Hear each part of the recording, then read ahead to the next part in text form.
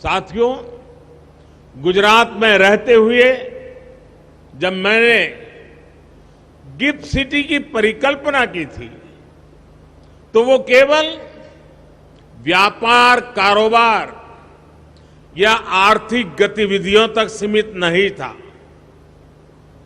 Gift city की परिकल्पना में देश के सामान्य मानवी की आकांक्षाएं जुड़ी हैं। गिफ्ट सिटी में भारत के भविष्य का विजन जुड़ा है, भारत के स्वर्णिम अतीत के सपने भी जुड़े हैं। मुझे याद है जनवरी 2013 में जब मैं गिफ्ट वन के इनॉग्रेशन के लिए यहां आया था, तब लोग इसे गुजरात की सबसे ऊंची बिल्डिंग कहते थे। कई लोगों के लिए यही इसकी पहचान थी। लेकिन गिफ्ट सिटी एक ऐसा आइडिया था जो अपने समय से भी बहुत आगे था। आप याद करिए, 2008 में वर्ल्ड इकोनॉमिक क्राइसिस और रिसेशन का दौर था। भारत में भी दुर्भाग्य से वो समय पॉलिसी पैरालिसिस का माहौल था। लेकिन उस समय, यानी कल्पना कीजिए उस समय की दुनिया की स्थिति, उस समय गुजरात फिनटेक के क्षेत्र में नए और बड़े कदम बढ़ा रहा था।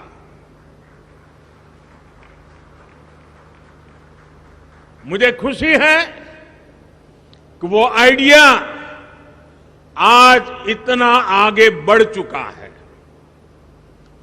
गिफ्ट सिटी कॉमर्स और टेक्नोलॉजी के हब के रूप में अपनी मजबूत पहचान बना रहा है। गिफ्ट सिटी वेल्थ और विजडम दोनों को सेलिब्रेट करता है। मुझे ये देखकर भी अच्छा लगता है कि गिफ्ट सिटी के जरिए भारत विश्व स्तर पर सर्विस सेक्टर में मजबूत दावेदारी के साथ आगे बढ़ रहा है। साथियों, गिफ्ट सिटी एक और खास बात यह है कि ये ट्राई सिटी अप्रोच का प्रमुख स्तंभ है। अहमदाबाद, गांधीनगर और गिफ्ट सिटी तीनों एक दूसरे से सिर्फ 30 मिनट की दूरी पर है और तीनों की ही अपनी एक विशेष पहचान है। अहमदाबाद एक गौरवशाली इतिहास का अपने आप में समेटे हुए है। गांधीनगर प्रशासन का केंद्र है, नीति और निर्णयों का मुख्य मथक है, और गिफ्ट सिटी अर्थतंत्र का प्रमुख केंद्र है। यानी अगर आप इन तीनों में से किसी भी शहर में जाते हैं तो पास, प्रेजेंट या फ्यूचर से सिर्फ 30 मिनट की दूरी पर है।